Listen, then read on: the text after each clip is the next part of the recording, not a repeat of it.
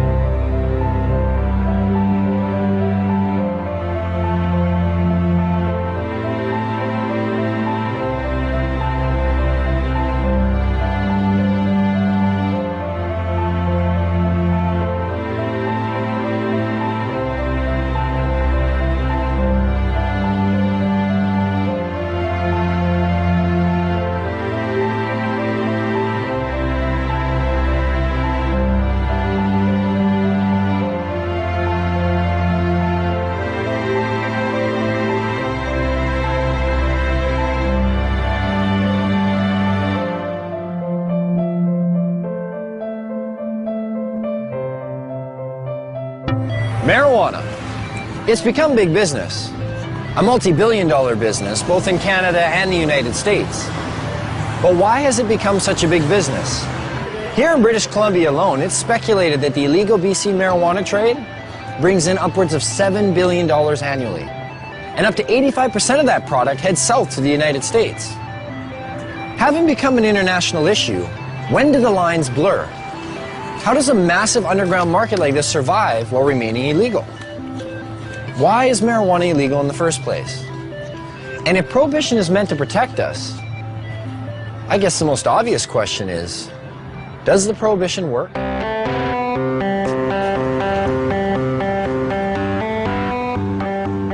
If prohibition worked, okay, if you could just wave a magic wand and say, this has gone away, I'd be all over it, you know.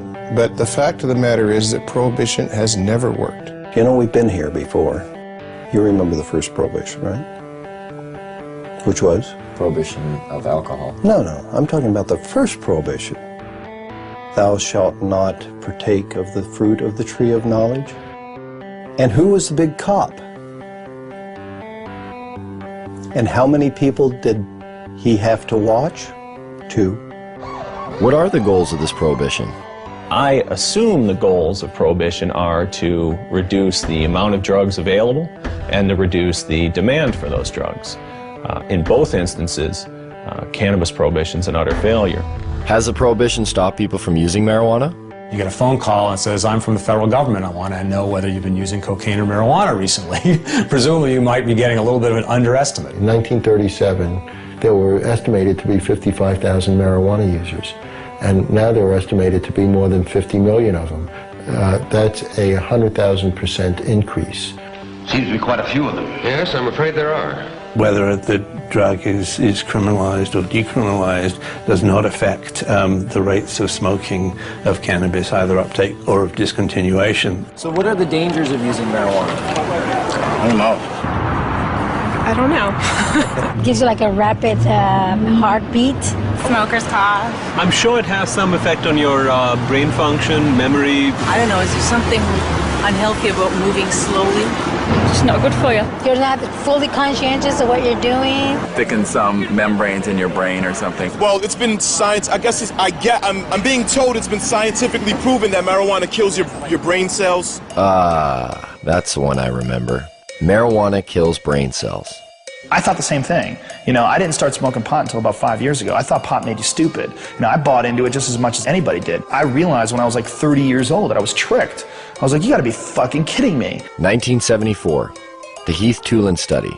Ronald Reagan announces, the most reliable scientific sources say permanent brain damage is one of the inevitable results of the use of marijuana. Monkeys pumped full of marijuana, apparently 30 joints a day, had begun to atrophy and die after 90 days. Brain damage was determined after counting the dead brain cells of both monkeys who had been subjected to the marijuana and ones who had not. This study became the foundation of the government, and other special interest groups claim that marijuana kills brain cells. Here's what they didn't tell you. After 6 years of requests, how the study was conducted was finally revealed. Instead of administering 30 joints a day for 1 year, Dr. Heath used a method of pumping 63 Colombian-strength joints through a gas mask within 5 minutes over 3 months. They suffocated the monkeys. What they did is they put these gas masks basically on their face and they pumped pot into it, but without additional oxygen. So after X amount of time, the brain shut down. Well, if you suffocate, the first thing that's going to happen is your brain cells are going to die with lack of oxygen. So what they did is they suffocated the monkey, showed all these dead brain cells, and then went on to associate it by saying that cannabis use causes your brain cells to die. And how many people, not knowing the origin of the study, have gone on to quote it and re-quote it. And now people believe it. Studies since have shown no signs of any brain cell damage. In 2005, new research suggested that marijuana could possibly stimulate brain cell growth. That study hasn't received the same attention. Another common belief, marijuana causes lung cancer.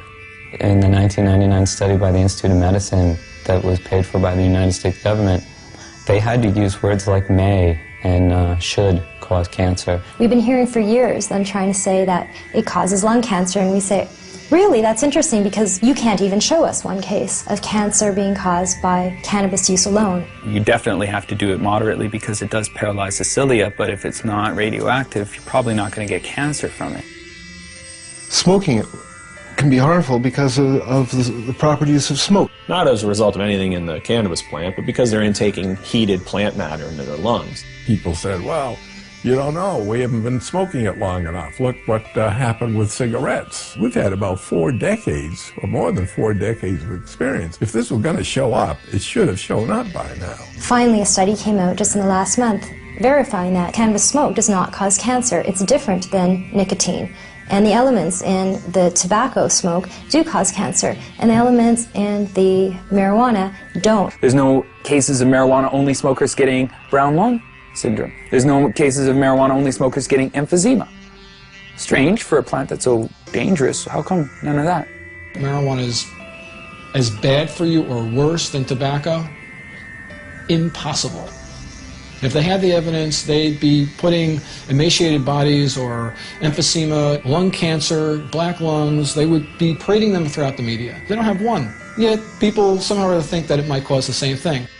In fact, if you look at the straight deaths from substances, a different type of picture starts to appear.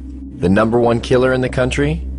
It beat out AIDS, heroin, crack, cocaine, alcohol, car accidents, fire, and murder combined. Tobacco. That's a nasty, dirty thing to say, son. A lovely, pure white cigarette causing cancer. It gets me right here.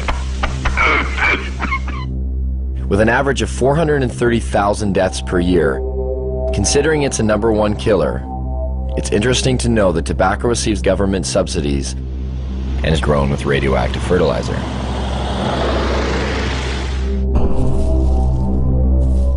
Now get out there and sell cigarettes! #2 on the list? If we don't include poor diet and physical inactivity, with well over 85,000 deaths a year, alcohol. As we look much further down the list, there are others that may surprise you. Caffeine comes in with 1 to 10,000 deaths a year. And some of our most popular pain relievers, non-steroidal anti-inflammatory drugs such as aspirin, still make an appearance with over 7,500 deaths annually. Where does marijuana lie in this? What kind of staggering number do we find? I don't know. 50,000? 250,000? 300,000? For marijuana, I'd probably say then 80,000. I would say it would be hundreds of billions. Get ready for it. Here it comes. There are no deaths from cannabis use anywhere. You can't find one. In 10,000 years of known use of marijuana, there's never been a single death attributed to marijuana. There's 400,000 deaths in America alone every year that are directly attributed to tobacco. I've heard that you have to smoke something like 15,000 joints in 20 minutes to get a toxic amount of delta-9 tetrahydrocannabinol. I challenge anybody to do that. And even in the animal studies where people have loaded the animals up with doses that would be hundreds of times what a human could possibly be exposed to, no, the animals don't die. The LD50 seems to be astronomical. I mean, you can die from ingesting too much aspirin. You can die from ingesting too much coffee. The drug warriors who say we have to protect society, save these people, are being just a little bit disingenuous. Not one university or medical facility has ever recorded a single death directly attributed to marijuana. But never mind that. There's other problems, other reasons to fear it. Take addiction, for example. There are more kids in addiction clinics for marijuana than any other substance. This must mean that marijuana is the most addictive substance today. It's undoubtedly true that there are more teenagers and kids in treatment for marijuana than all the other drugs combined. What the DEA never tells you is why that's true. A kid is caught possessing or smoking marijuana. He's taken to court. He's given a choice. Either you some horrible penalty, or you go to a treatment center.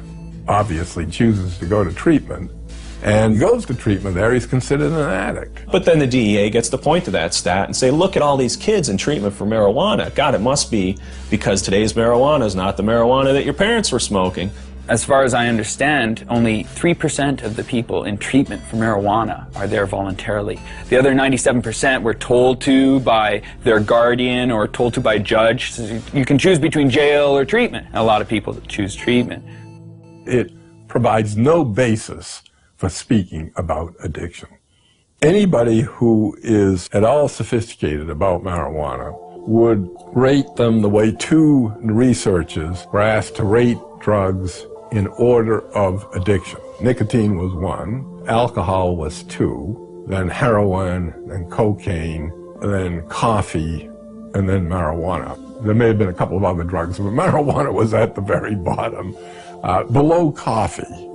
This narcotic, unlike the opiates, the synthetics, and cocaine, is non-addictive. What do you mean by non-addictive? By non-addictive, it is meant that the user of marijuana, when deprived of the drug, will not experience the agonies of withdrawal. It is habituating, but its use can be discontinued. Then what is its danger? It's used as a scapegoat for covering up underlying problems in people, especially young people. Here I am, don't ignore me. If you use marijuana on a daily basis for a year or so, and you stop using it, you're going to notice some differences, but nothing like the kind of withdrawal people will experience in withdrawing from either tobacco or heroin. But why would the government and the DEA want to put a statistic like that out there? We'll learn more about that later. The gateway theory. Is marijuana a gateway drug? Yes, I think it is. Do you have any? I don't exactly know why, but I know it is. It opens a doorway to other drugs. It makes you want to experience more. It makes you feel good. Yeah. People want to experience something else and, you know, have a, I guess, more dreams. Its greatest danger lies in the fact that it is a stepping stone to the harder drugs, such as morphine and heroin. That's why there are people that want to legalize marijuana. They figure if they can get the young people in this country onto hard drugs, they can destroy your generation, or in this generation. You know, in the days of Harry Anslinger, it was called the stepping stone hypothesis. If you stepped on this stone, marijuana, you were bound and determined to go on to the next stone, which would be one of the so-called hard drugs. Every time it's been studied and looked at and so on, they have never ever found that there's certainly nothing in marijuana that makes you want to go to anything else. There is no inherent psychopharmacological property of the drug which pushes one toward another drug. I'll smoke a joint. I want a bag of chips and fucking junk food. I don't want to go out and get ripped. I drink alcohol. That's my drug of choice. It could be said I started on milk. I mean, this is crazy. If I use marijuana, why does that automatically make me a candidate to black tar heroin? It's a nonsensical argument. In fact, only 1 out of every 104 marijuana users use cocaine, and less than 1 use heroin. The black market throws the dealers of soft drugs together with the dealer of hard drugs. So if you have a black market, and you have a dealer that's dealing in marijuana and LSD and everything else, and the dealer might say to you, hey, you want to try something stronger? Well, in that sense, because of the black market, because of prohibition, people may be more susceptible to seeing these other drugs and being willing to try these other drugs. And so what you see is that there is a gateway effect, but it's a gateway effect caused by prohibition and the blending of the hard and soft drug markets. Where does this leave us? Oh, wait. What about laziness? You will be useless to society if you use marijuana. But if that's true, well, there are about 50 million people who smoke marijuana in America, and over half of the Canadian population who've tried it. And yet, both societies seem to flourish. And just look who some of these people are. Stephen Jobs developed Apple Computer smoking pot. Ted Turner developed CNN News smoking pot. Still smokes a joint every day. You go through every musician you like, from the Rolling Stones to the Beatles to Led Zeppelin, they all smoke pot. Snoop Dogg, Willie Nelson. Come on, Bill Clinton, He didn't inhale, man. He didn't. Hell yeah. Don't be so naive. Virtually every presidential candidate has now copped to using marijuana at some time in his or her life. A few times in the Army, I tried marijuana. It was not a significant part of my life, I had a senior law enforcement official tell me that in his judgment, up to a quarter of the White House staff when they first came in had used drugs in the last 4 or 5 years. The people that have personality problems and the people that are going to be lazy and going to lose their job, they're going to lose their job anyway. They're not losing their job because of marijuana. That's just a lie. I love Tommy Chong. I think that a lot of the Cheech and Chong episodes that people believed, not knowing that Tommy wrote and directed the movies, thinking that, you know, that's what a stupid stoner looks like. No, actually, that's what a really brilliant creative genius looks like, acting like somebody you think's a stoner. And none of this is borne out in the research or when you look at people who are long-term users and happen to be lawyers, judges, doctors, and, you know, writers. But what about the potency of the drug? Marijuana is dangerous. There's higher THC levels than ever before. Anytime you got a bag of Colombian dope 20 years ago, it was way better than the Mexican swag that you normally got. So there's always been a range of THC in plants, and the fact that we can now grow stuff that's the equivalent of what Colombian was 20 years, well, it doesn't mean that we're boosting THC to unheard of levels. It just means, you know, hi, there are some nuances in this discussion that people should be aware of. And I actually think that it's a real stroke of our own ego to think that for the 50 or so years of Prohibition that we've improved upon varieties that have been cultivated for drug use in places like India and such for thousands of years. People say, well, you can abuse marijuana. Well, shit, you can abuse cheeseburgers, too. You know, you don't go around closing Burger King because you can abuse something. I can take a fucking fork and jam it in my eyeballs. That mean forks should be illegal? You know, I could jump off a bridge. Should we outlaw bridges? Let's nerf the world. But what about all the crime and violence associated with marijuana? From beat cop to police chief, I saw ample evidence of the harm caused by alcohol and the absence of evidence caused by marijuana use. And I mean the complete absence. I cannot recall a single case in which marijuana contributed to domestic violence, crimes of theft, and the like. You want to know what a weed smoker looks like? You're staring at one. You know, like, I'm a weed smoker. I'm not, like, crazy or, you know, I'm not stabbing you right now. Most of the violent crime that's committed, or most of the crime period that's committed having to do with drugs, is people who are on drugs committing violent crimes. If you make it legal, if you make it cheaper, you make it more available, you're going to have more violence, more addiction, Tom, that is more not crime. true. Stop lying to us. Oh, now come on. Stop lying to us. That is not true.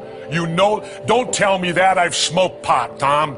But I've admitted it. I've done it. I've done all of the big three. I've done tobacco, I've done alcohol, and I've done marijuana, Tom. Guess what? Marijuana's the least of the three, pal. You guys prove me wrong or whatever. I want to hear someone that has smoked too much weed and went home and beat his wife and beat his children or whatever, like you see on booze. The only big issue on alcohol is drunken driving and binge drinking among college students. Otherwise, you can drink to your heart's content. There are far more crimes committed under the influence of unadulterated, if you will, emotions. Anger, rage, jealousy. A lot of our understanding is driven by what's in the paper and on the television and the radio these days, and we get extremes, and the black and white thinking is reinforced, I think, by that. If only there was something to compare it to. Something that was prohibited at one time but is now regulated. So we could see what the difference might be. What could that be? What could that be? Under prohibition of alcohol, everything got worse. Everything. Alcohol prohibition really birthed and gave rise to massive organized criminal groups within the United States. It led to a general disregard for the law and a general disregard for police activity because it was a law that most people didn't obey. Would you have supported the prohibition of alcohol 75 years ago? Well, I'm glad you brought up the alcohol example. I mean, as a governor, you must have known firsthand the cost of alcohol. I hear this argument a lot of times, like alcohol. That isn't what I asked you, Tom. I asked you a specific question. Don't give me spin. I said, would you have supported the prohibition of alcohol 75 years ago? I don't think I would have. Why? Because alcohol, for better or worse, and a lot of times for worse, it's a close call, is a long entrenched and ingrained part of our culture and our society. I mean, you go back thousands of years, the first writing is about alcohol, the Bible, everything else. It's really hard to reach in Tom, wait and a minute. pull this out of society. Let me inject something then. Then if you believe that God also made the marijuana plant, about society. I'm talking about our culture and our society. You just said the Bible. Alcohol poisoning went up by 600% during Prohibition. There were more speakeasies in large cities like New York City under Prohibition than there are taverns and liquor stores today. Sure, one can point to alcohol as being a continuing social problem, but we don't have people shooting each other over alcohol. When alcohol was prohibited, people lived at that time to know the difference between prohibition and non-prohibition. They could see that the prohibition of alcohol caused the emergence of gangsters and the underworld that took control of these substances. Alcohol then was no longer in their control. Could this be the same for marijuana? It strengthens organized crime, without a doubt, because you have to be a criminal to sell it. It's that simple. This brings crime into it. That's why the benefits and the ability to make money is so huge in it. Weapons were used to intimidate people, and we've seized approximately 50 weapons, sawed-off shotguns, and most of them are loaded. Where's all this competition we've heard so much about? You call these prices low? Marijuana is just a weed, and marijuana is worth more ounce for ounce than gold. You don't find legal commodities, you know, at $200 an ounce. You don't even find them at $200 a pound. Heck, most things are $200 a ton for corn and grain and barley. That's why when you walk 10 pounds of marijuana across the border into the United States, it becomes worth 20 pounds. You create an artificially inflated value for that drug that is so huge that people decide it's worth murdering people in order to control this market. I think the Fraser Institute called cannabis prohibition a gift of revenue to organized crime. But what do growers and dealers think of this? Would you like to see the government in the future legalize marijuana here in BC? Stealing money from us? I know I wouldn't like to see it legalized. The government would control and regulate the product, and that could potentially hurt a lot of people in the industry. How can you compete with factories just have perfectly rolled out doobies? They'd perfect it, and we'd all be out of money. It makes for strange bedfellows. You've got the police and the high-level drug dealers both agreeing that we should maintain this prohibition. Well, when you got high-level drug dealers saying prohibition is good, you might want to scratch your head a little and think, well, shoot, why would they want to continue prohibition? I can't imagine why a grower who's making $150,000 or $300,000 a year would ever want to see marijuana legalized. I mean, the last thing a grower wants is sensible policy. The madness continues and they continue to get rich. You know, Betty, I'm going to bring this up at the business meeting tomorrow. You make the penalties stiffer? You know what? Good. For those people who are not getting caught, price goes up. See, so not only do we allow them to tell us how much drugs are going to be supplied, the potency of those drugs, who they're going to sell to, where they're going to sell them, just to make sure they get it all right, we let them keep all the profits. So you've got essentially a Wild West. You've got an unregulated market in which anything can happen. It certainly may work for things that people generally accept, but if you try to prohibit something that's in demand, that the people want, then it's pure folly. And without control, it's hard to regulate areas of concern, like keeping it out of the hands of our children. There have been some studies that suggest heavy sustained long-term use from adolescence to adulthood has the potential to exacerbate symptoms of those with a genetic predisposition for schizophrenia. And although there is strong evidence that refutes this, it does lead one to question, could there be a better way of deterring children from using, rather than letting dealers decide what age is appropriate? For the last 10 years, our children across the United States have said that it's easier to buy illegal drugs than it is to buy beer and cigarettes. It's harder to get beer because you have to go through a regulated establishment that's going to check ID, that's going to have those safeguards in place, that isn't just going to sell it to you because you got 40 bucks in your pocket. The guy down on the street corner, he doesn't want to know how old they are. He don't want to see an ID. He says, show me the money. And if they get the money, it doesn't matter if that child is 4 years old. They're going to get the dope. If you can't control the sale of the product, how on earth are you going to keep it out of the hands of kids? Could we be the creators of what we now see as some of our biggest problems? Have our solutions been prelude to our worst fears? You know, the use of the criminal law for the basis of public health is a wholly bad idea, no matter how you cut it. It doesn't work. You cannot legislate morality. One person can say it's immoral to legalize it just as much as someone can say it's immoral not to legalize it. It doesn't get you anywhere. You have to have a rational policy debate by talking about the consequences. Now, I've had young people tell me that, well, your generation had a martini and that was your crutch, and why can't we have our own kind of crutch? You know what? Why don't you be a generation that doesn't have to have any kind of crutch? It's a lot easier argument. If you just say, oh, it's immoral, then you don't have to debate why it is that alcohol kills so many more people than marijuana, or why it is that tobacco takes 7 years off your life and we can't establish that marijuana does anything particularly. If people do drugs and they commit crimes while on those drugs, they should in fact be punished. But you can't punish someone for something that hurts no one. We should legalize marijuana, tax the hell out of it, and put every dime back into the healthcare system. Taxation and legalization? Doesn't that seem a little extreme? Wouldn't it be better to just decriminalize? The distinction is simple. Legalization of marijuana makes it a product that is legally available to adults. That doesn't mean that there's unregulated distribution, unregulated sale, and unregulated use. The decriminalization of marijuana still makes it an offense. You're not going to go to jail for it under a decriminalized model, but society is still saying no, no, no, no. It doesn't address the problems of organized crime, and it doesn't create a situation where you have retail sales. Decriminalization is just kind of a goofy concept.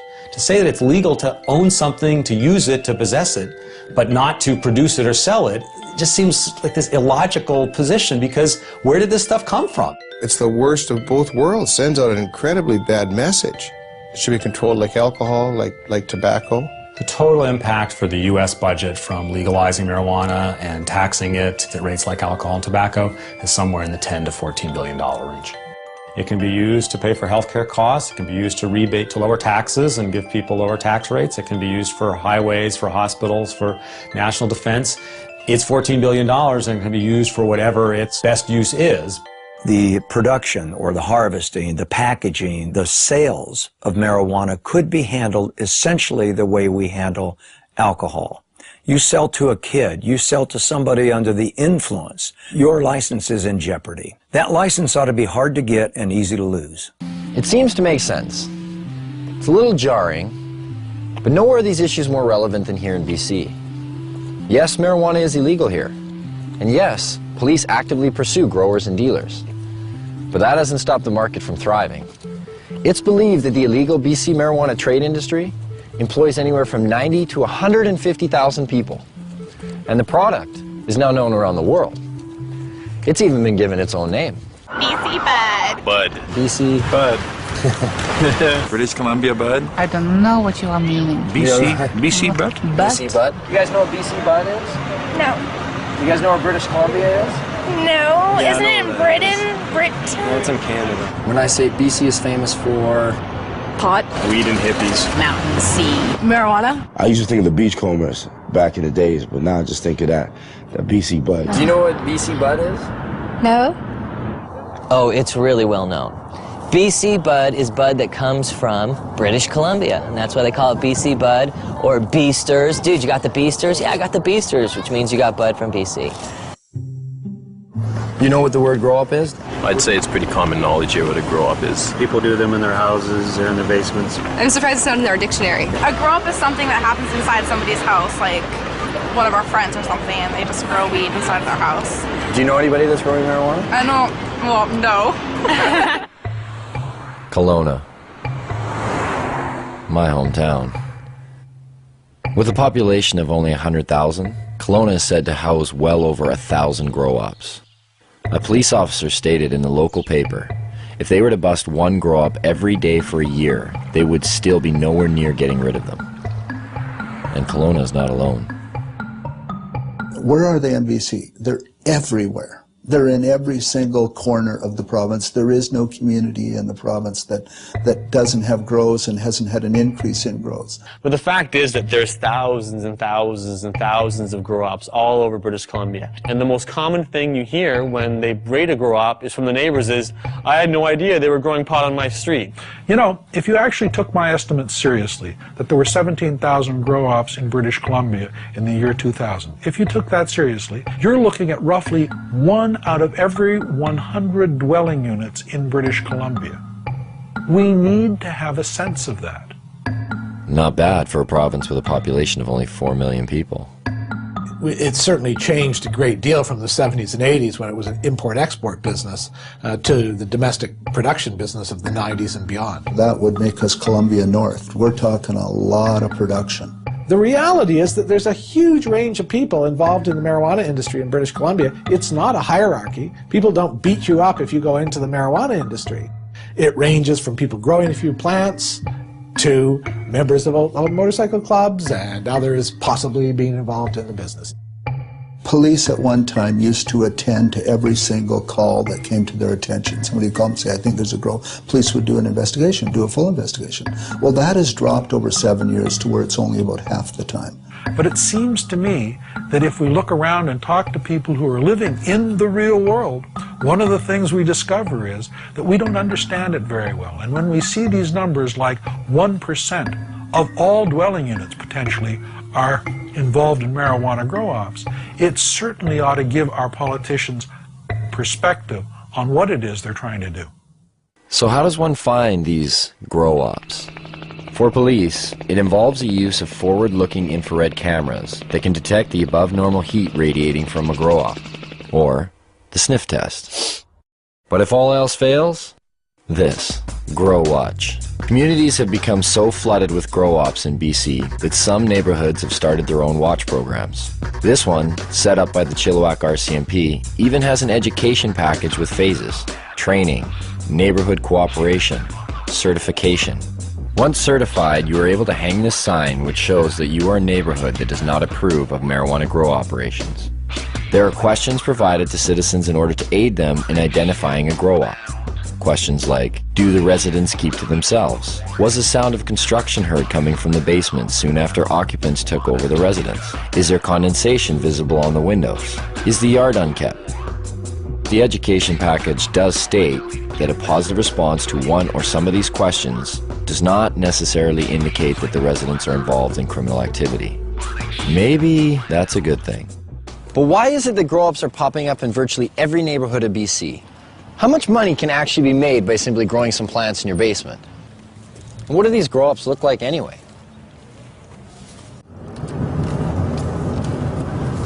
We finally got a grower. Right now we're driving to meet them. It's around 8 lights. It's not a huge show. This is what they use for clippers and stuff like that. When they hire clippers to do a show, you put these on, and if people are looking from the outside, it just looks pretty much like you're wearing sunglasses.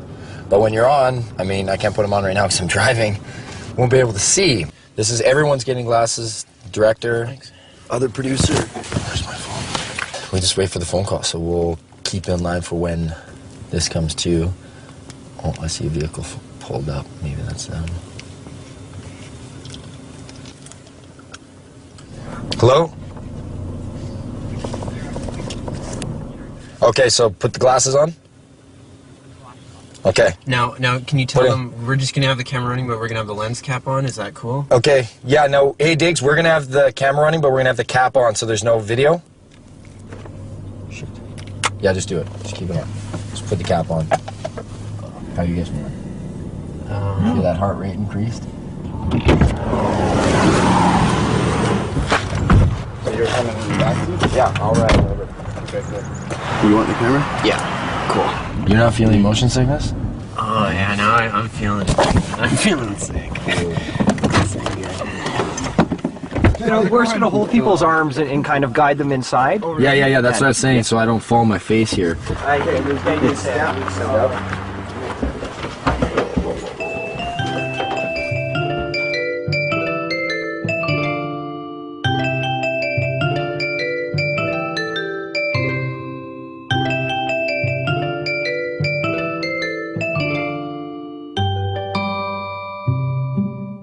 Real grow-op. The grower admitted that this wasn't the biggest of grow-ops. In fact, it was probably on the small end of the scale in terms of size. But I really didn't care. There are just so many things to see.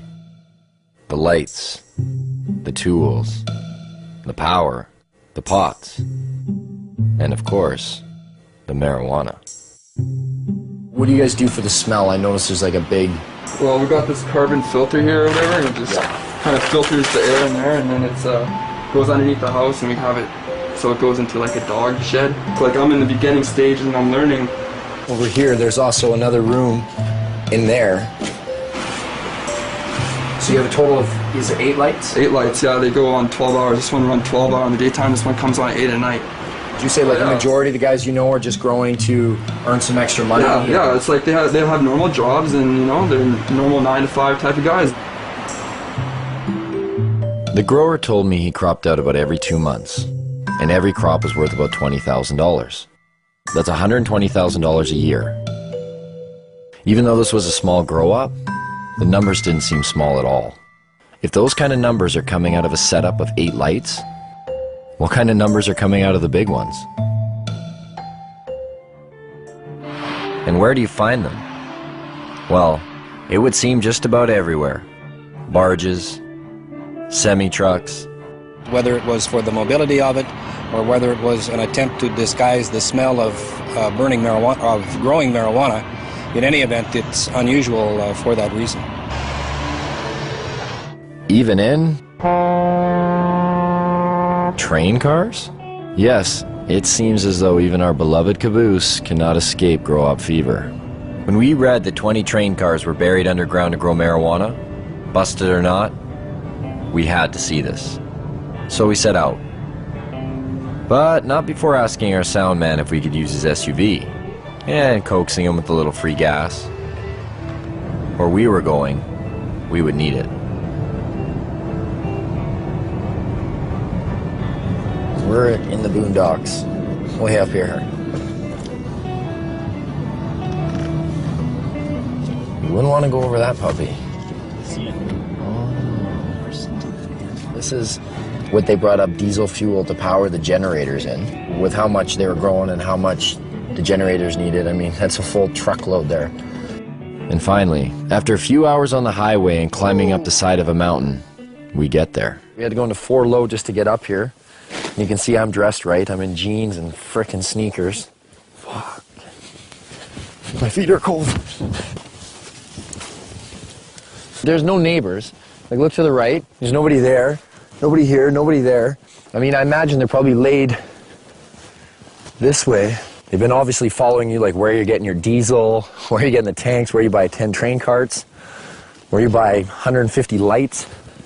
These are diesel pumps, and it looks like there's still diesel leaking in these things here.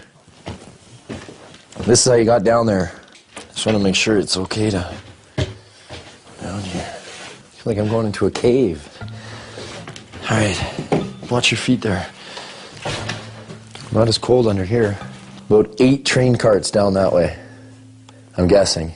So I can even see to the end, and then 2 deep. Each one is 2 deep. Down here, 2 deep. Down the next one, 2 deep. 3, 4, there's numbers on the wall. And then what they did is they cut them to make doorways, and that's how you have your hallways going into each one. There are water reservoirs here. And you see 1, 2, 3, you're like, okay, that's quite a bit. But then there's this one, and that one, and another one at the end. Look at these things. Like, no wonder the cops just left it. Moving this shit would be a pain in the ass. Yeah, these train carts. I see why they bought them. They got a deal. They're like all rusted in the bottom. We could start growing here tomorrow. There's still dirt and fertilizer ready to go. Oh, here, once a little leftover plant there. Look at this. Just look at all this wiring right here. You see the cops have come, severed everything.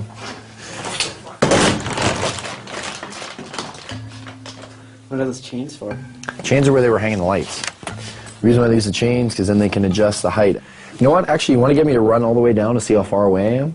So I'm going to go to the end here and just show you how deep this is. And this was all filled with plants. Whoa. I'm at the end. Now I can hardly see over there. It's just like lights to me. This is how far away, like to give you an idea just how big this is. Oh, it's a trek just to get back to where you guys are. And you're going to see a lot of repetition because here it goes again. Bang. all the way down. When it said in the paper 20, it's got to be 10 long and 2 deep each one, because then you get your 20 carts. Man, I wish we could have seen that while it was still rolling. That is crazy. You wouldn't know there's a law here. Check this out. Cannabis Day. An actual day dedicated to marijuana. And take note, this takes place on one of the busiest high-traffic blocks of BC's largest city, Vancouver. Marijuana? It's everywhere. Consumed and sold in every imaginable way. Pipes, bongs, joints, baked goods. It was hard to imagine that nearly every person attending this event was breaking the law, and yet no one seemed to care. The police were there, but not to bust people. They held traffic for the band to play for Cannabis Day. Now they went back to their side of the street. Sure, no problem, brother. No problem. Complying with the 5-0. One of the organizers told me that in all the years this event has taken place, there's never been a violent incident, except once, by a man who's believed to be under the influence of alcohol. We heard there was a jazz festival happening at the same time on the other side of the block. It wasn't doing quite as well, but there was one group doing all right. Right up there, as you can see, is still Cannabis Day going on, but right here, not even a block away, is a church retreat, and they're selling donuts. I was like, well, what do you guys think about the rally? And they're like, we need to pray for them. And I was like, what? You guys are selling food for them, right? And that's, I'm sure they've sold record amounts today, I guess, too. So we'll see. We'll get an interview here shortly, hopefully. The interview never came. There was so much marijuana, it was unbelievable. I think we almost all got contact highs just from being around the smoke. But I did get a donut. I did purchase some of these on the way out. Those church girls got me. A culture of marijuana has been established in BC. From paraphernalia to cafes, from seed selling to its very own political party, the BC Marijuana Party, even bakers.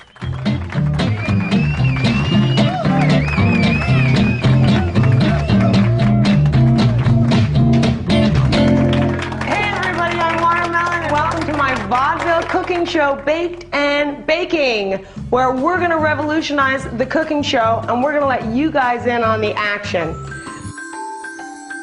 Meet Watermelon Girl. She's made a name for herself as BC's only drug dealing, nudist, comic, pinup, baker. Did I get all that in? She was arrested for selling her cookies down on Wreck Beach. A nude beach. Is this for real?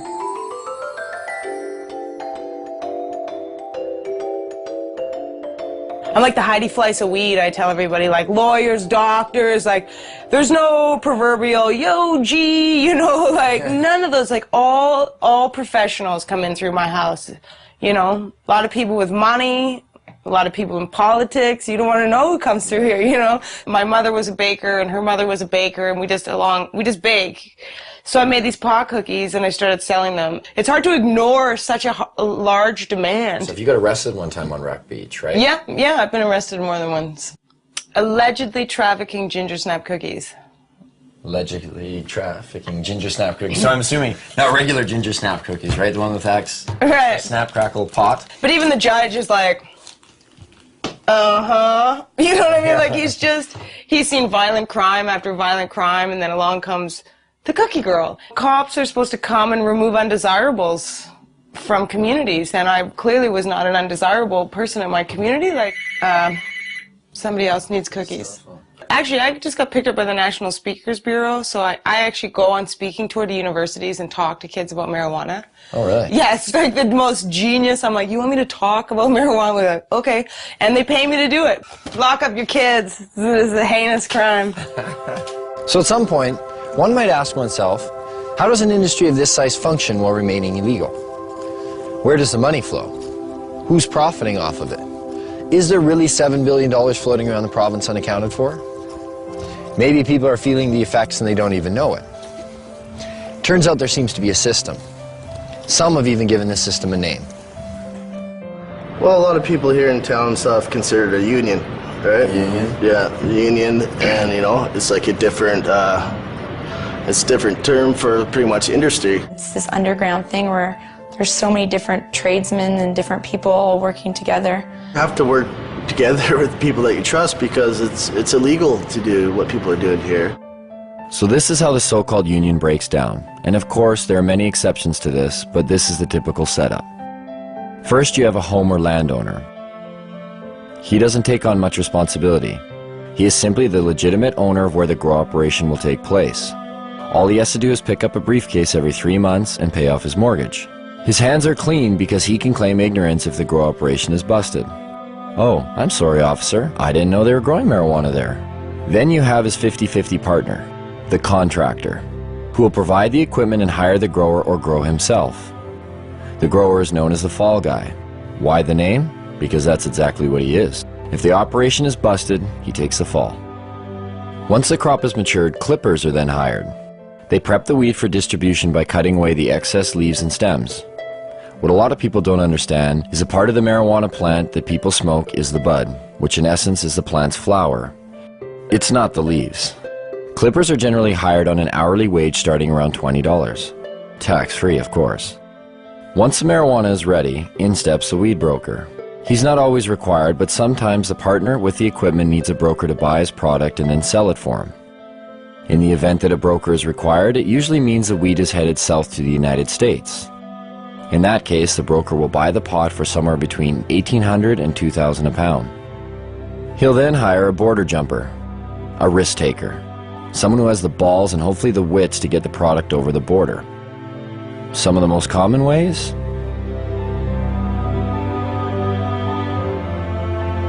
The border jumper's fee varies with each trip, but they're always well paid. Once the product has reached the broker's U.S. connection, it will earn about $3,000 a pound. The farther south it goes, the more it makes.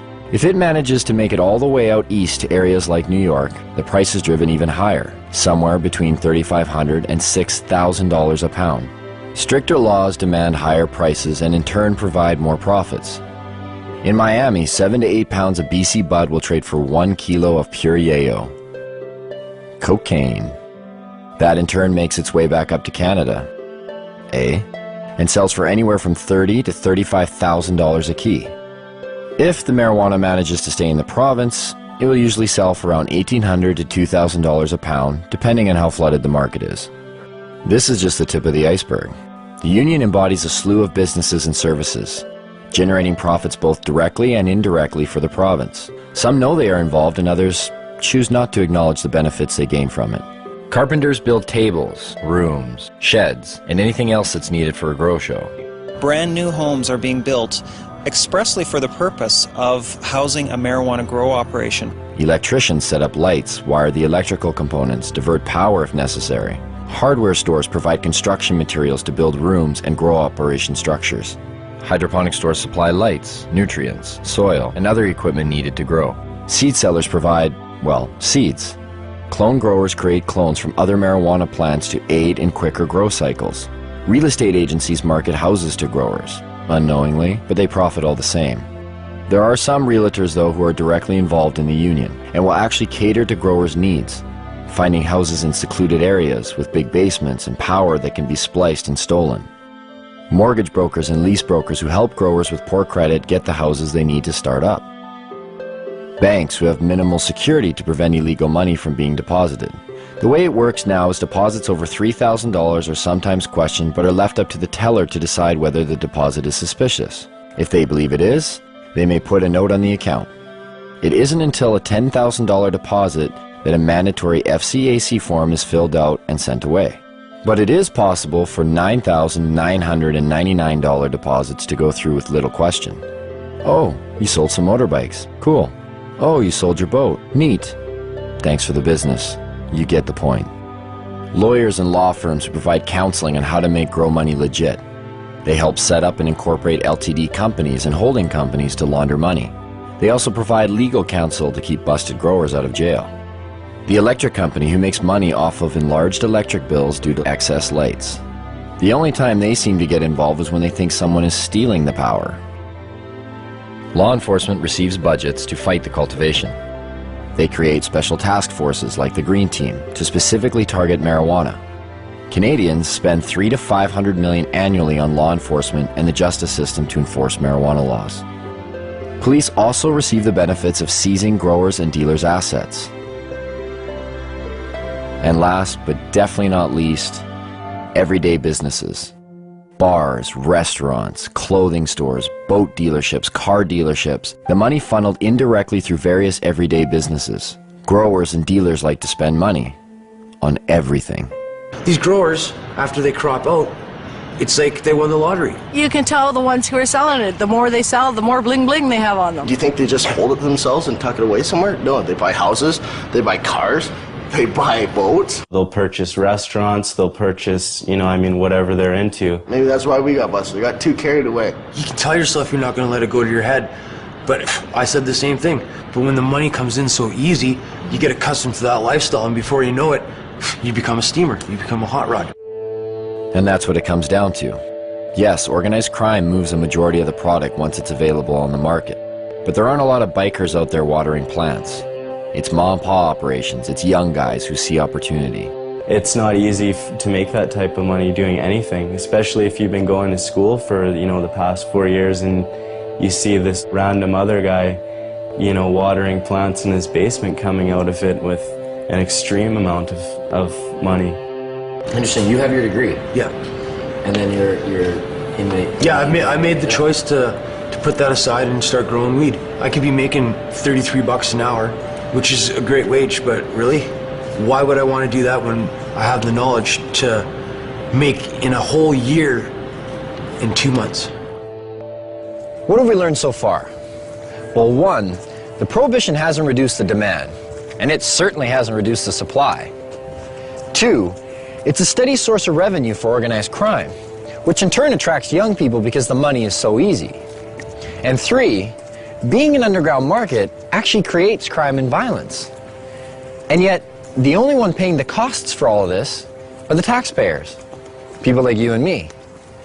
Even further, this whole deal is over a drug that seems to pose no more of a threat than the substances we already regulate.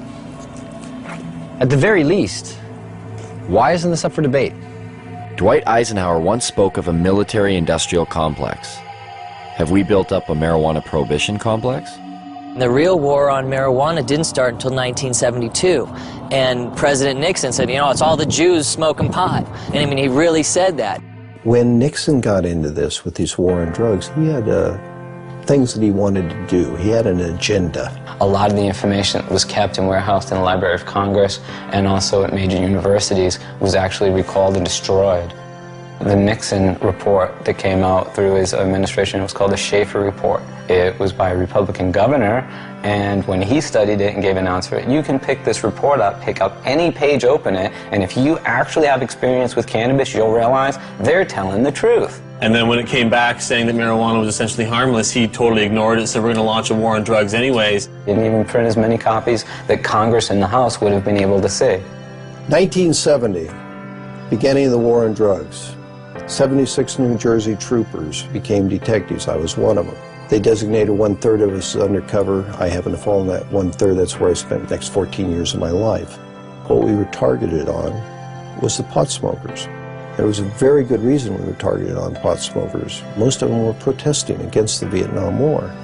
Now, if you could arrest that whole group of people because they were smoking pot, you didn't have to have a Vietnam War protest, which Mr. Nixon thought was a pretty good idea.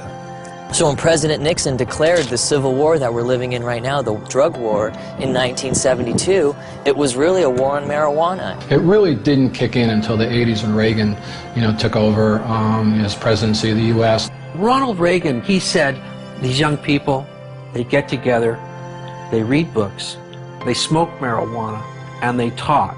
Like these three elements were a recipe for disaster. How do I feel about legalizing marijuana? Am I for it or against it? I am totally against legalizing marijuana. And make no mistake, in the U.S. government, the focus of their war on drugs is cannabis. The focus of their rhetoric is cannabis. It's certainly used as a poster child for all drugs. When you see an ad for drugs, it's always the marijuana leaf that goes up. It's almost like a religious jihad. more powerful than going for the gusto. Causes people to think. When people think, they question. They question things like, say, the war in Vietnam, or race separation of blacks and whites like they did in the 30s in the jazz clubs, or women's rights, or the Gulf War, or oil wars. It's real simple. You put your loafers on, you put your black socks on, you get in your car, you have your briefcase, you say hi to your neighbors, he mows his lawn just like you do, and things keep moving along in the same direction they always have been. That's why marijuana laws exist. There are, in my opinion, people in government at all levels of government who know that it's not a winnable war, and yet they continue to pursue it. Acceptance of drug use is simply not an option for this administration. Often we go to debates and it's a police officer debating us. Okay, the police are supposed to enforce the laws. They should not be arguing for or against the laws. That's not their job. Well, what is their job? Is it to enforce laws that exist on the books, or to determine the policy of the laws that are made? The way to justify the policy is to create a lot of fear and then spend a lot of money combating it. Quite frankly, if you took the using population of all the other illegal drugs combined and you eliminated cannabis from that equation, there wouldn't be a big enough drug problem in either this country or the United States to justify the massive expenditures that go towards fighting the war. The amazing thing is the small amount of enforcement that is necessary.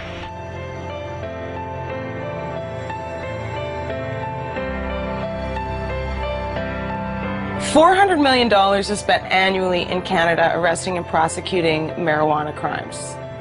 The total budget in Canada for all drugs is $500 million. That means 4/5 of the drug budget goes towards arresting and prosecuting marijuana users, leaving 1/5 for crack, heroin, coke, crystal meth, the date rape drug, whatever. The drug enforcement industry is big business. It's self-perpetuating. It relies on taxpayer dollars. And so it's an endless battle that the DEA doesn't win, they participate in. It's like doing a big budget movie, you know. You get $30 million to do a movie, and then the movie comes out and it doesn't make any money. But someone made $30 million. Every once in a while they'll show a guy, you know, posing beside a big bunch of marijuana, you know, this is the DEA money at work. It'd be like asking loggers about saving trees, you know what I mean? This is where their mainstay of their cash flow comes from.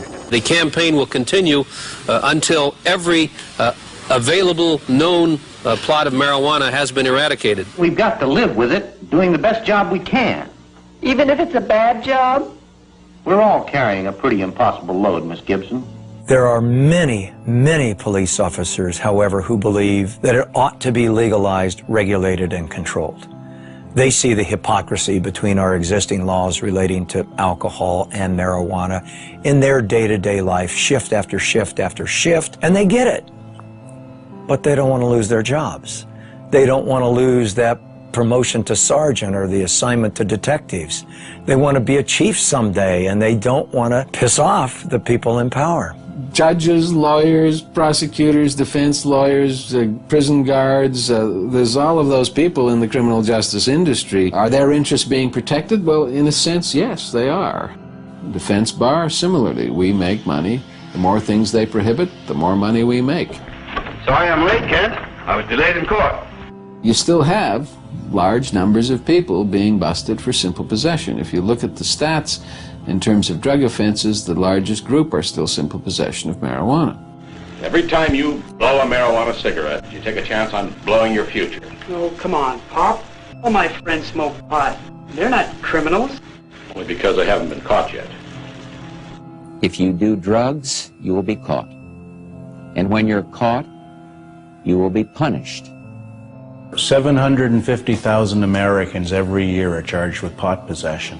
That's nearly 1 million people, and whether you go to jail or not, your life is in serious trouble. And that number of annual arrests for marijuana now rivals the number of arrests for murder, rape, robbery, and aggravated assault combined. You will never get over a conviction. A conviction will track you every day for the rest of your life.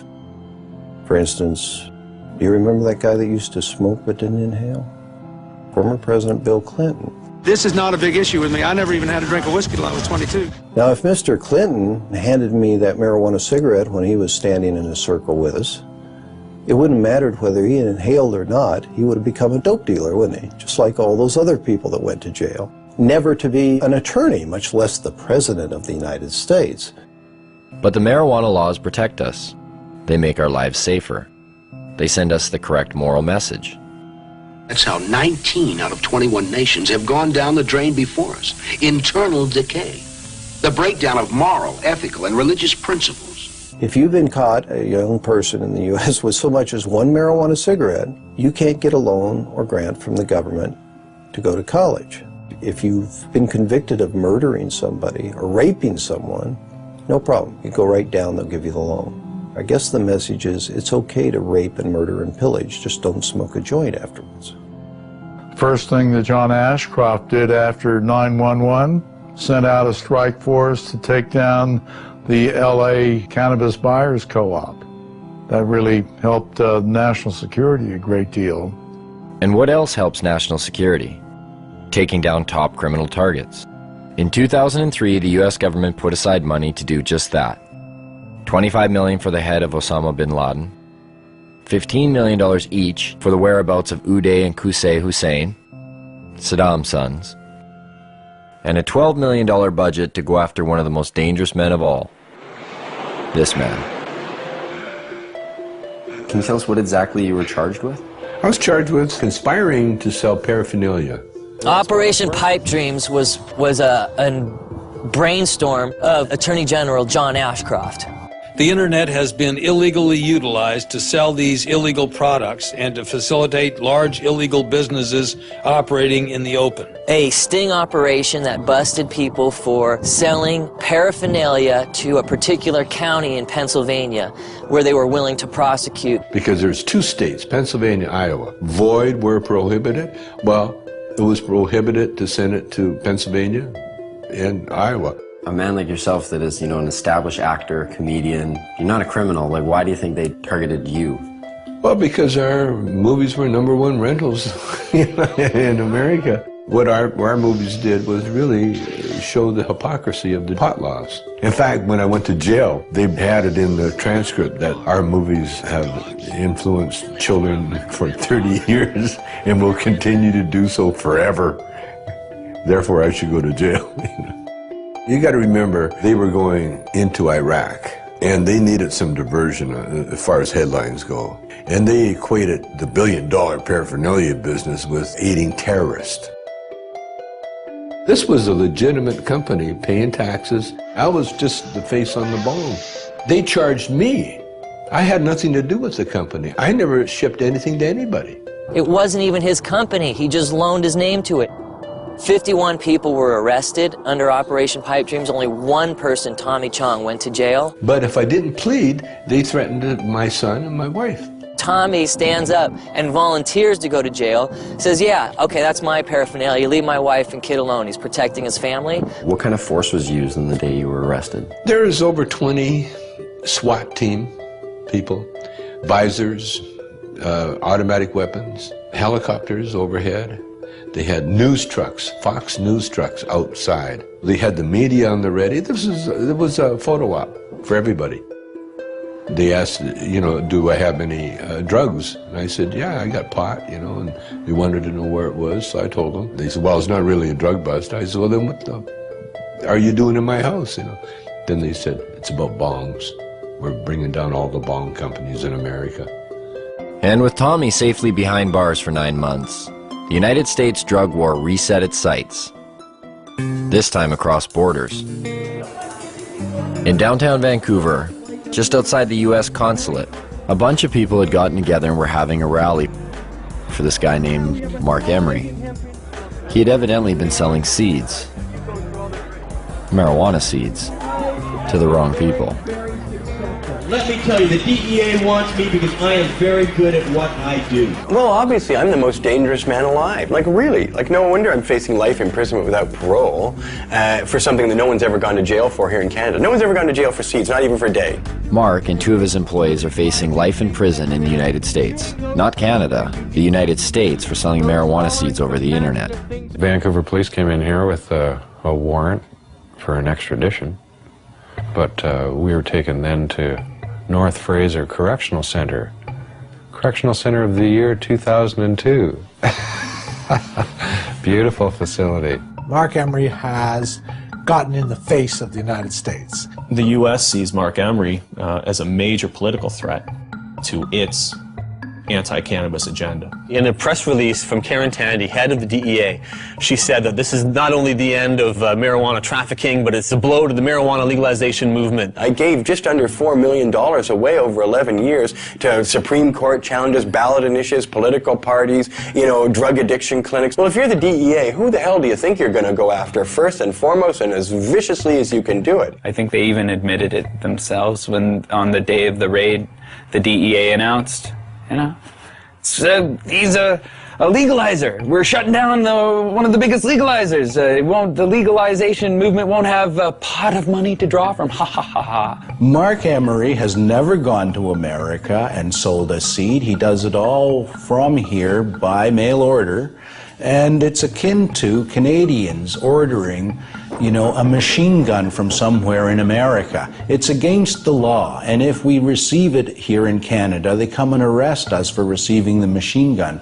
They don't go to America and say to Colt, "Hi, we're arresting you because you sent a machine gun to someone in Canada." No one's been sentenced to any time in jail in the history of Canada in 35 years. We've had this law. 2 people, me and Ian Hunter in Victoria, were fined. There's all sorts of seed businesses still open. Mark's the only one out of about 50 retail cannabis seed businesses in Canada that's been charged. Mark has been paying the Canadian federal government taxes on income he has made from selling seeds. The government relied on the existence of these internet seed sellers so that patients who had qualified for medical marijuana exemptions, who were bugging them for seed, were being directed to these internet seeds, and Mark Emery specifically in some cases is the place to get their seed. It puts Canada and our government in a very difficult position because they've either got to hand over a Canadian citizen to a foreign government for activities that were entirely done in Canada, for which our own government, our own police are not willing to charge him. If the Canadian authorities who rubber stamp this shit think that what I've done is so bad,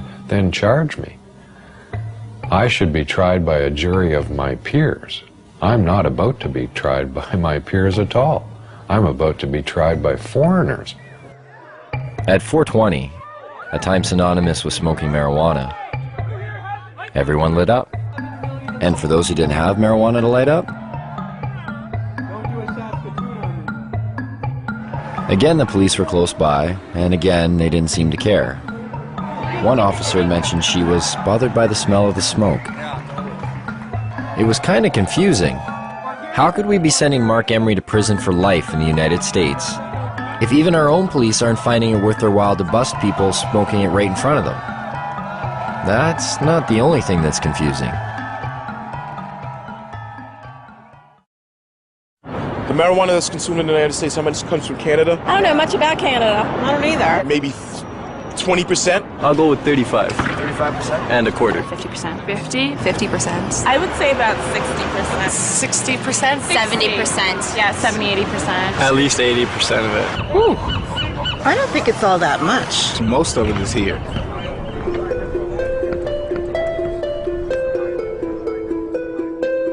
We're getting the drug czar saying, oh, you know, BC bud. This was when some of the people in Canada were trying to get marijuana legalized. John Walters went up there and said, what you're talking about is passing a law that will allow you to export poison to my country. When we talk about poison, exporting poison, what do we export to Canada? Cigarettes. 430,000 people die in the United States every year from ingesting cigarettes. 5 million around the world. So who's exporting the poison here? Of the 6 million people who could benefit from treatment and need it in the United States today, 60% are dependent on marijuana. You know, they invited me. I'm sorry. I wasn't sure who invited him and why he came here yet again. He's been here before. He needs to shake his head. So how about him shutting down the cocaine that's coming across the border? How about him shutting down the guns? Sometimes you feel like you've stepped into Alice in Wonderland.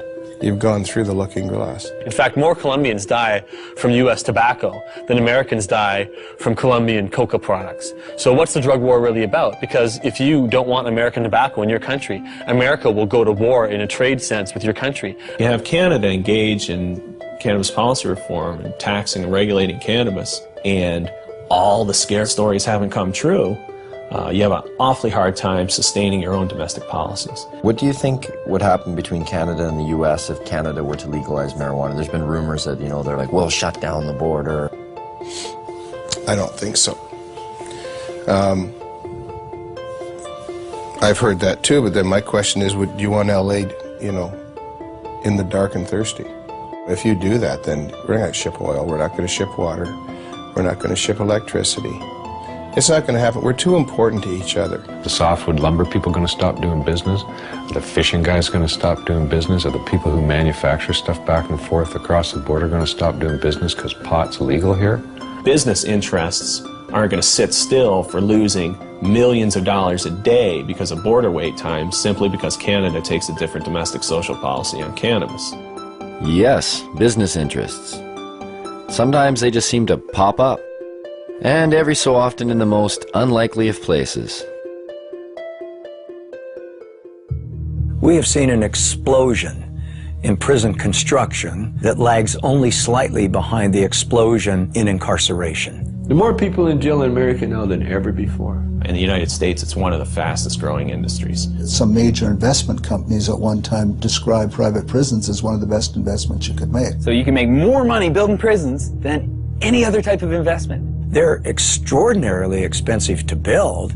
They're even far more expensive to operate and maintain. Right now in the United States of America, the biggest growth industry is the privatized prison complex. Japan, for instance, incarcerates at 38 people per 100,000 population. The United States incarcerates at a rate of 726 people per 100,000 population. In a 20-year period, the prison population in the United States quadrupled.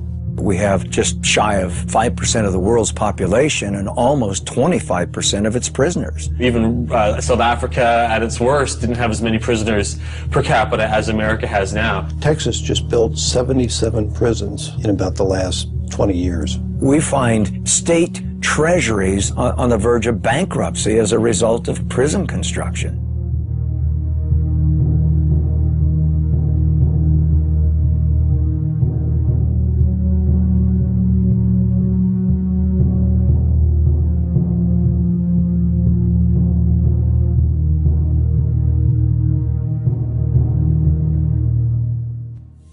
Some think there won't be room for them in jail.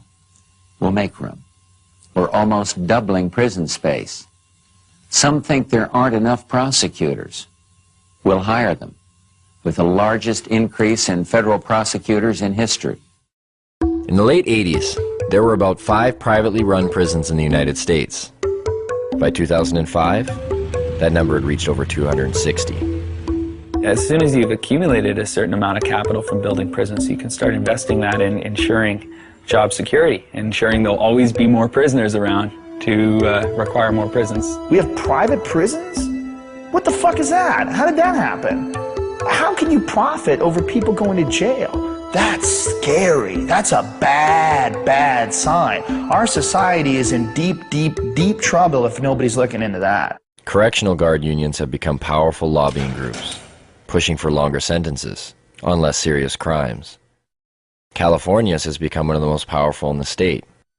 The California Department of Corrections budget rose from $923 million in 1985 to $5.7 billion in 2004. Between 1977 and 1999, overall local and state spending on corrections across the country grew 946%, almost 2.5 times the rate in which spending on education increased. And prisons aren't the only thing money's being spent on. There are millions of drug tests per year. There's money to be made on that. It's huge. It started off with people saying, we really need to test people in dangerous occupations. Things like police officers should be tested, pilots in airplanes. Then somebody said, well, our athletes, we should probably test them for drugs too. Then somebody came along and said, well, it's not just the professional athletes. How about the athletes in colleges and high schools? They need to be tested too. Then they thought a little harder and they said, well, suppose we just test everybody that goes out for an extracurricular activity. That should be constitutional because they don't have to do that, you know. So now if you want to join the chess club at school or the French club, you got to pee in a bottle. Now they're pushing to make laws to test all children at school. All the studies show this doesn't have anything to do with whether kids use drugs or not. So it looks to me like this has a lot more to do with the money that's being made for drug testing. Can you imagine how much money will be involved if we can randomly test every child in school? A lot of these places that have been urine testing have refused to continue to do it because the only thing that these urine tests are finding is marijuana. The other drugs that people take dissipate from their systems fast enough to not be found. If they smoke a marijuana cigarette, 28 days later, if they pee in a bottle, they're going to show that they've had a drug. But if they use a hard drug, heroin, cocaine, methamphetamine, in a long weekend, nobody can tell that they've used that drug. So what does that say to our young people? It says if you don't want to get caught, don't use the soft drugs, use the hard drugs. It's not just urine anymore, it's hair and saliva. They'll do blood testing. There's industry there. This is money. They're not doing it for free.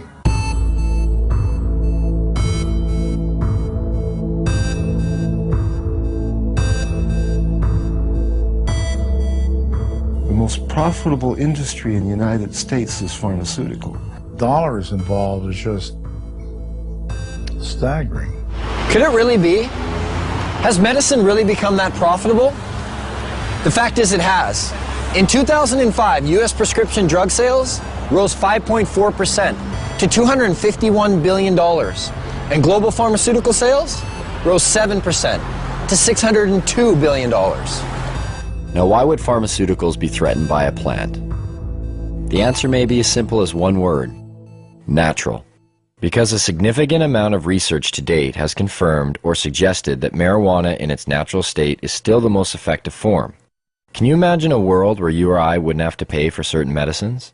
After dealing with about 10,000 patients over the last 15 years, I would say that over 200 different medical conditions respond favorably to cannabis. It appears to have benefits that we never ever knew about. Glaucoma, epilepsy, muscular dystrophy, arthritis, multiple sclerosis, wasting syndrome, nausea, chronic pain, depression, anxiety, hepatitis C, cancer, chemo, AIDS patients. Is there a product out there today that provides as many medical benefits as cannabis? No. It remains an unutilized major resource. The way to riches in the pharmaceutical industry is to have a drug which can be patented. Cannabis is problematic right from the start because it's a multi-molecule drug.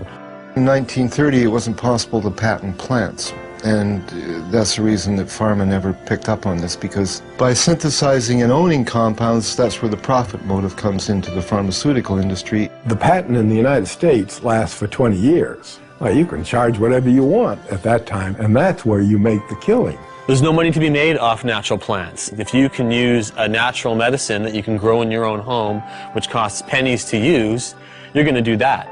You need water and dirt. Not only that, you have that plant forever. Prime motivation behind any drug company is to make money, and as much money as possible. They're corporations, and corporations, everybody knows, it's like that diffusion of responsibility thing. There's so many people working for corporations that they lose their humanity. So those are potential customers for these pharmaceutical companies that are not there if they're using a natural plant. It's unlimited.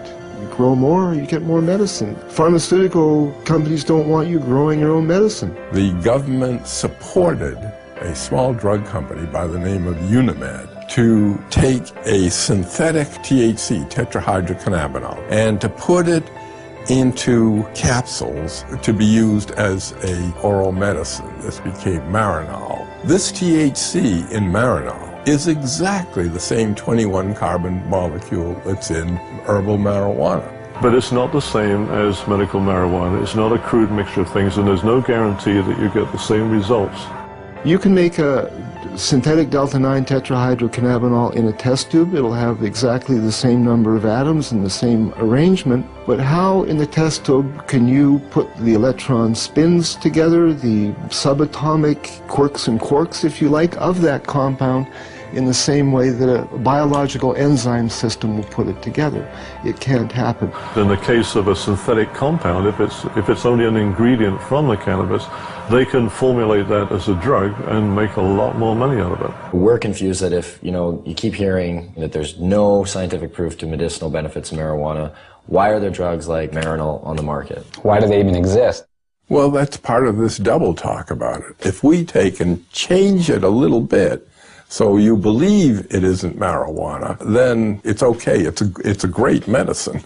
They're trying to make marijuana into medicine because it is medicine. Why did the government actually grow marijuana? I mean, the government has had marijuana programs that existed since the 70s. It's impossible for me to believe that the government even believes their own propaganda. What I do believe is this, that you can fool some of the people some of the time, and they're doing an excellent job of that. And for all the claims of these drugs being a more viable medicine because there's no high, we check some of the side effects. For Marinol, dizziness, feelings of exaggerated happiness, drowsiness. Last time I checked, those were signs of getting high. If it is indeed side effects of marijuana that are preventing the pharmaceutical world from accepting marijuana as a viable medicine, then they better start paying more attention to the products they've been marketing for years. Every year, prescription medicines kill over 100,000 people. The pharmaceutical industry has been excellent at convincing the public that they need their potions.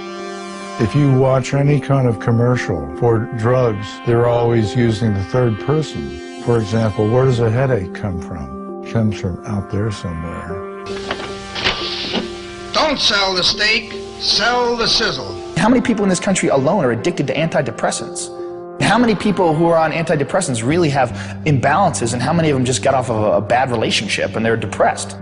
It seems to be acceptable to give people something as long as you're wearing a white smock or you've given them a legal prescription. It doesn't matter how deadly the particular drug might be in terms of side effects. What we call modernist medicine is actually alternative medicine because it's highly experimental, it's often dangerous, often toxic, and it kills a lot of people. To me, it's crazy. There's a lot of stuff out there that'll affect you in different ways. Look at aspirin, heroin, both invented by Bayer. I thought heroin came from opium seeds and Just natural effect of opium, you keep making it more and more concentrated? No, you have to add certain chemicals to it and tweak it a certain way. It doesn't just come from opium itself. What was heroin made for? As a cure for morphine addiction and coughs. Heroin, the sedative for coughs. Pseudoephedrine. That's the main ingredient in methamphetamine, is to cure the cough, the cold. If you get a cold, oh, I think I'll do some meth. When you look at it from a large perspective, like, what's weed? Even Francis Young, the DEA's own judge, who took medical testimony for over 2 weeks, made this statement. Marijuana, in its natural form, is one of the safest, therapeutically active substances known to man. Yet, despite this, and the ever-mounting number of real-world patient success stories, cannabis remains listed as a Schedule I narcotic. Under that category, marijuana is classified as having no known medical value.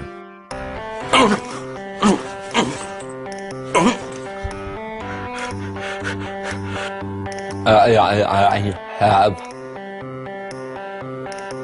multiple sclerosis. When we first met Greg, his shaking was so severe that he informed us that he would need a few puffs of marijuana in order to participate in the interview. The difference was night and day. What do you say to those that say marijuana needs to be tested and regulated and have the high taken out for pharmaceutical companies to consider it a valuable medicine? Huh. That's a pretty, and I only mean this as a measurement, as to how much it is actually a pathetic thing to say. I mean, just look at me. Is it not blatantly obvious that I have just enjoyed however many tokes? I look happy. Greg has been using marijuana for years and stated to us that he's never experienced any negative effects. I'm never, I need my marijuana. That's stupid. It takes away my discomfort, let's call it. It does enhance my very being. Where do you think you'd be if you didn't get to smoke it, like dealing with your pain?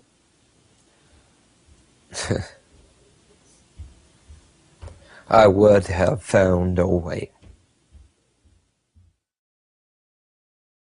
How does the training and education of medical doctors today work against the acceptance of prescribing marijuana as medicine? Well, it works against them because they're brought right from the beginning, right into the fold of the pharmaceutical industry. We're reading journals, they're reading these advertisements, or they're reading papers on drugs that were financed by the drug companies, or they're being seduced by the companies. Fancy dinners, a trip for a weekend. Would you like to have 18 rounds of golf? And some of them get outright money from the drug companies. I've met doctors who said when they first came out of medical school, they didn't know what to do. It was really overwhelming. They had live patients in front of them who needed help. They were very happy to have representatives tell them what medicines would be best for their patients. So doctors have a bias toward the products of pharmaceutical industries. They do not readily accept the idea that a simple plant or herb may be useful. I don't know if they think it's hocus pocus. I just think they don't feel that there's the kind of testing that they're used to. That's the problem we have. What I try to impress upon these people is we're trying to put the science into it, and yet some people are very resistant to even attempts to do that. All of the funding is coming directly or indirectly from the drug companies, and these people obviously, for obvious reasons, are determining the agendas. Now think of the lobbying potential behind the most profitable industry in the United States. Think of the power. And do they get their way? Why can't we explore its medicinal potential? Why can't we use it to make more products? To myself and people involved in this business, it stopped making sense a long time ago. The common response is really the medical marijuana is a stalking horse for legalizing it. And so what? What do they want? We should be making use of this plant. And really, that's all I can say. The restriction, the prohibition is all, in my mind, just stupidity. And I don't condone stupidity. And that's a problem. How do politicians, after years of promoting claims of marijuana's harms, pushing for larger drug war budgets, constructing political platforms based on a stance that vilifies marijuana, and being lobbied by big business, how do these same politicians now reverse their stance? What politician can come before their constituents today and say marijuana should be decriminalized when yesterday they said it was evil and dangerous? Their constituents are going to want to know why you changed your mind. Were you lying to us or were you stupid? Either way, you're not getting elected next time. Whoops, we made a mistake. You 17 million people should not have been arrested. Some of you jailed, some of you fined, some of you lost the handle on your career. One way to bypass this problem in the face of ever-growing empirical evidence is to divert attention. Add a word: medicinal. Put the word medicinal in front of marijuana, and you are now talking about something completely different if you're a politician. Why is there a perception that healthy people are affected differently and unable to fend off the detrimental consequences, whereas a person with a lowered immune system or terminal illness seems to experience none of these effects? Some people go home at the end of the day and they drink to kind of wash away the day, you know, just like, that was a hard day, I need a few drinks, relax, kick back. So is that relieving pain? Maybe.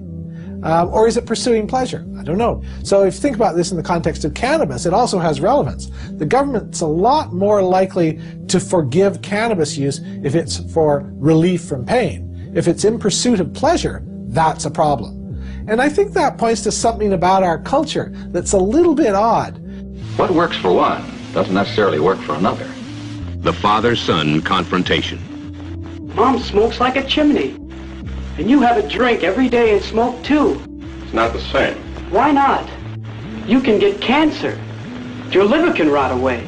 They believe today, and I'm disappointed in the media, that it hasn't brought this information, this new information to the people of this country more than it has. They believe that marijuana could well turn out to be the most dangerous drug that is in use in our country today. If you're a politician, you can get elected on a get tough on crime platform. We're going to lock up all the marijuana cultivators for a long time because you're preying on the fears of the public. Spokesmen for giant special interest groups, whether those special interest groups be law enforcement, or whether they're private prisons, or whether they're pharmaceutical companies, or whether they're oil companies. We have spokesmen for gigantic corporations that are trying to calm us and get us to press the right button in the voting booth. Everybody that gets in has their own agenda. They're beholden to their own lobbyists, so they don't go in and check the work of anybody before them. That's not their job, because God forbid somebody come in there and check what they do afterwards. I understand why politicians may be reluctant to act on their principles, but our politicians need to read their own polls, because this is one of those cases, and it happens a lot in life, where the people are ahead of their leaders. Hempfest, the largest event for cannabis in the world, a showcase of modern-day hemp. Sure, they used this stuff 70 years ago, but what good is hemp in a world like today? A world that appears to have everything it needs. It opens a whole new market. It opens a whole new market on every level. You can harvest off the seeds, you can harvest out the inner pulp and the long stem fibers. The fiber itself is the strongest natural fiber in the world. All the clothes I'm wearing today for this interview are hemp. All the clothes I actually always wear are made out of hemp. Been so since probably '94, when I realized I could buy clothes made out of organic fibers that lasted longer than cotton. You can eat hemp seeds, and it contains all the essential amino acids and fatty acids. It makes fuel. You can make biodiesel out of it. Hemp is an excellent source for biofuel. When you grow hemp for fuel, every crop unleashes a huge amount of oxygen into the environment. And in fact, the same amount of oxygen that you lose when you burn it off, you gain back. So it's a closed cycle, ending the greenhouse effect. There are so many hundreds of strains of industrial hemp that you can grow hemp almost anywhere in the world. Not everywhere in the world, but almost everywhere in the world. So just that alone makes it a resource for fuel. That is the solution, is to stop using fossil fuels and nuclear energy. Stop using them entirely, and using wind and wave and sun more, and these biofuels. People will get it, especially as the gas prices go up. It's the highest quality paper there is. I mean, it's archival quality. The words tree-free paper don't make sense to people. Hemp paper that you find in the museums that are hundreds of years old haven't even yellowed. To supplement the wood, we could solve the deforestation problem. Why isn't it cost effective to use hemp versus the forest industry right now? The simple answer is because you can't grow the hemp in the United States. As far as human beings are concerned, it's probably one of the most useful plants ever, if not the most useful plant ever, and it's illegal. Industrial hemp is not a drug, though it is of the same species as marijuana. It is a completely different variety of plant, similar to comparing a Chihuahua with a St. Bernard. You can't get high from industrial hemp, but you can get high from marijuana. This is the only industrialized country in the world that doesn't grow industrial hemp. I mean, think how crazy it is that we can eat the product, we can sell the product, we can wear the product, we can export the product, import it, manufacture it, everything but grow it. We can't grow this thing. It's criminal. And there you have it. After 2 years of research, our quest for answers has only left us with more questions. And the only thing that really seems to make sense is that none of it makes any sense. It's a weird thing that you do when you make nature against the law. We're worried about things going extinct, and yet the policy on the most useful plants in the world is that they should all be eliminated and driven to extinction. Absolutely, they should still be concerned about youngsters using. But we're concerned about youngsters using alcohol, tobacco, driving automobile, whatever. But that it should be the kind of prohibition that it is now, rather than regulation, it cannot be sustained in a rational society. I believe it would be more ignorant of me to listen to somebody who's trying to oppress me than it would be to just ignore the ignorant and go on with what I think is right. Even now, this interview is being conducted. I smoked pot all morning.